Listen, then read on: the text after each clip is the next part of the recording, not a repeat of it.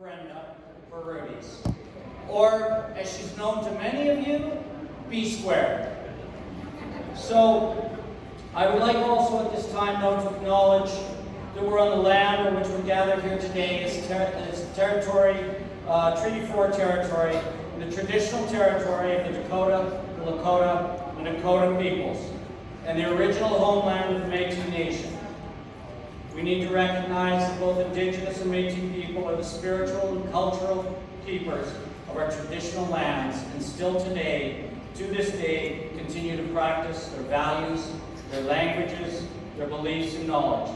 And I'm grateful for it and would like to pay respect and the privilege to be here today and thank them for their hospitality. My name, for those of you that don't know me personally, is Brenda Rudy's. I'm Brenda's younger brother. Thank you for coming today to celebrate the life of Brenda. My hope is to make this occasion like any other experience that Brenda would have orchestrated. A place where family and friends and colleagues can get together and can chat and have drinks and tell stories and eat some food. And most importantly, at any event that Brenda was overseeing would need to have lots of hugs and lots of laughter and lots of fun. So many of the emails and chats I've had since March 22nd have noted three key foundations about Brenda. One was the trademarked hug of Brenda. Everybody talks about this. It happened at every occasion, every event, and every interaction. It demonstrated her love and her care for other people. Second, it was about storytelling. Always great stories and memories and knowledge being shared whenever Brenda got people together and gathered them. And finally, laughter. It was always about fun and laughter whenever Brenda got people together. Those are the stories and messages I've heard over the last 5 months and have witnessed firsthand all my life with Brenda. So for the next bit, let's celebrate Brenda by sharing stories, giving and receiving her trademark hug for those who feel comfortable in doing so, and also understanding that some don't feel quite as comfortable, and respect that. But of course, let's have a lot of fun and laughter, because that is what she would have wanted for today. There are pictures on the tables that you can see. There's also a photo album or two at the back. I encourage you to look at those pictures of Brenda from all the different years. Take a view of them, chat, and take a look and see if you recognize any of the pictures.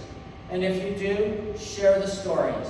And for those that you don't recognize, ask somebody else in the room. They will remember the story behind it. As most of you will know, Brenda was a very private person. She had different groups of people in her life. Many of you today will be here and see other people that you've never crossed paths with. And others, that would be because they're from one group in her life, while others are in another group, and you're in another group of her life. This, though, is the perfect opportunity to learn more about those different aspects of her amazing life. And with the speakers we have coming up, hopefully you will see in a window to some of the other wonderful times and facets of Brenda's life and celebrate those as well. Earlier today, we laid Brenda's ashes to rest in the Riverside Memorial Cemetery here in Regina. Brenda's ashes were buried alongside with her twin, Bobby. See, I bet most of you in the room never knew she had a twin that died at birth. She was very private. The interment was the opportunity for her and Bobby to reunite after over 61 years of being apart. The ceremony was presided over by the Honorable Ron Barkley, and we really appreciate the assistance that he provided us with in an amazing ceremony this morning. As family, we're also grateful to all of you for this huge turnout and so many out-of-town guests who have joined us from across the country to celebrate Brenda and her life.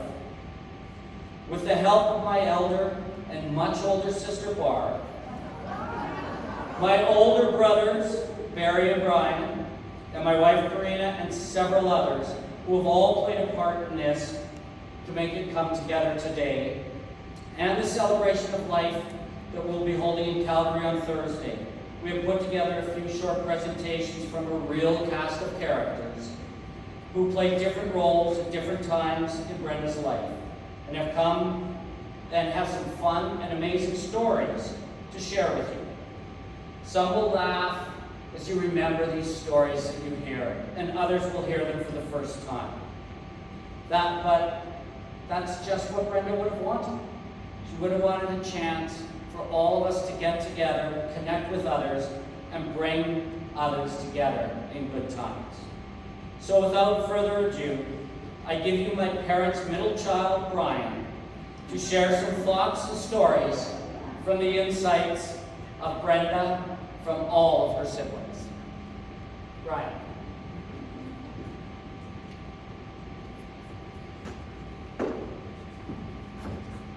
Thank you, Brent. He never really grew up. So, as Brent said, I'm Brian, the middle child, and I have been asked to give our siblings recollections of Brenda. And the greatest challenge of this has been overcome in the fact that we had 4 brothers and 3 of us. We all certainly had different relationships with Brenda. Brent, being only 1 year younger, was her closest sibling. They grew up together. Barb, Mary, and I recall Brenda as a little kid with pigtails. And you'll see some of those pictures here. Then we moved away to go to school or to work, and as adults, we reestablished our relationships. Certainly before Brenda was born, I thought the British family had reached perfection with myself, and I'm still wondering why they continued on. Then Brenda and Bobby and Brent came along, and all of them have enriched our lives. Barb, the eldest, as Brent said, was very happy to finally have a sister in the family after having 2 perfect brothers like Barry and myself. She and Brenda shared their love of horses and riding. Barb and Brenda planned many family events together, including a surprise family reunion for my dad when he retired from the Senate in 1994, and he really was surprised. That was a major accomplishment. They planned Mom's 70th birthday. There might have been the occasional difference of opinion, but certainly the end result was memorable. Barb and Brenda both loved to shop, visit with others, and entertain, a gift they received from our mom, as Mount Steve would refer to her, Our Lady of Lusciana. Barb recognized Brenda's passion for life, her commitment, and her love of politics, but she particularly acknowledged the care Brenda provided for Mom when she moved to Calgary. Brenda used all her connections to ensure Mom had comfort and dignity as she struggled with Alzheimer's. There's no one like that. Brenda was always one to have fun. Barry tells a story of how Brenda and Trish went to the airport to greet Monica Gross as she was arriving in Florida. They put on their best Floridian attire, wigs, conch shell bra, and bikinis, and went out to the airport. Now, Monica, there's not much you can do to Monica, but I think she was left speechless. But she eventually settled with the Canadian license, so she was quite happy. Just to show Brenda, even short-sheeted her bed that evening, so she liked to have fun. She also wanted to include people in events, and it was very important to have them participate. Barry says one year she arrived on Thanksgiving Day in Florida, and because they were busy preparing American Thanksgiving dinner, they sent their limo driver, Bill Reynoso, up to pick her up. They saw the car come in the driveway, but still no Brenda 20 minutes later. Well, she and Bill were out in the car just chatting. And Brenda said, well, could we have Bill in for Thanksgiving dinner? So, came in. The good thing was he was a vegetarian and left turkey for the rest. Brent was the closest to Brenda, certainly growing up and as an adult. They traveled with Mom and Dad to various medical conventions across the country, Quebec City, got to see the plains of Jasper, and many other places. As children, they attended Greek classes together, and Brenda had the privilege of sitting in the drafty old exhibition stadium for the Regina Light horse show for many years. Brenda was also responsible for piquing Brenda's interest in boarding schools. She'd been shipped out to Trinity College School in Ontario for misbehavior. And Brenda looked at the opportunities she had, and she wanted to look at similar ones. She ended up going to Brentwood School on the island, on Vancouver Island, where she established lifelong friends and relationships. But it wasn't all fun for them, as Brenda did trip Brenda while having a discussion regarding the vacuuming at the house. It resulted in Brenda having an ankle injury. They precluded her from participating in the Brentwood College School England soccer tour. And she, I think, eventually forgave him for that missed opportunity. However, the greatest gift Brenda shared with Brent was introducing her legislative friend, Regina, to Brent in 1993. It sparked an interest, and Brent, always being a little slower, took till 2000 to marry Regina. Okay. And Brooklyn, as a result of their union, is the youngest Western breweries of our generation. So, one of my early memories of Brenda was when she'd come home from our next door neighbor, Harry and Ethel Boyce, and Harry used to open the Queen's Hotel here in Regina, among other things. But Ethel was a master baker. She made the best cinnamon. But Brenda would bring them home and share them with us. So it was very special. And I think between Mom and Ethel, that's how Brenda learned her culinary talents. We all know that Brenda loved to entertain. And I would like to take some credit for providing training to Brenda on how we plan. When she was a teenager, and I was in medical school or something like that, I took her under my wing and implored to her how important it was not to tell my mom and dad, who were away, about the small get-togethers that we would have at 2805 McAllen. The July 1st parties, celebrations of the 76 Olympics.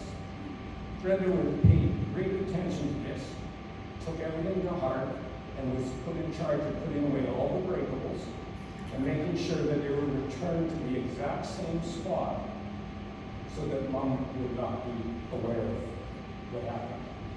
She also cleaned up, including the vacuuming lessons that Brent had given her. And well, Brent was out picking up the big bottles for the cash. So. Patty, my wife Patty and I have shared many laughs with Brenda over the years. Angels, Night in Calgary, tranquil dinner up Leno Lake Lodge, and of course in the Palm Springs.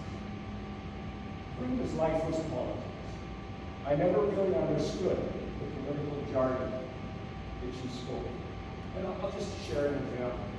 Patty and I were with Brenda at her first oncologist appointment, Dr.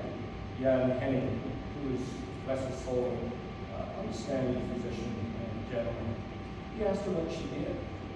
And in Brenda's conciseness, she stated, I assist in the interface and facilitate communication between governmental agencies and the private sector to achieve their mutually desired goals. Dr. Henning and I were sitting there. So she repeated it. And he still had that sort of look on his face. And he said, I'm a lobbyist. And then he said, oh. So we as siblings appreciated Brenda's determination, her values and principles, her perseverance, her achievements, and particularly the kindness that she extended to all. We are indebted to her for the exemplary love and care that she provided for all. Brenda had a heart of gold, and she would help anybody in a time of need. She was a wonderful sister and a good person. We all miss her. May our sister Brenda rest in peace.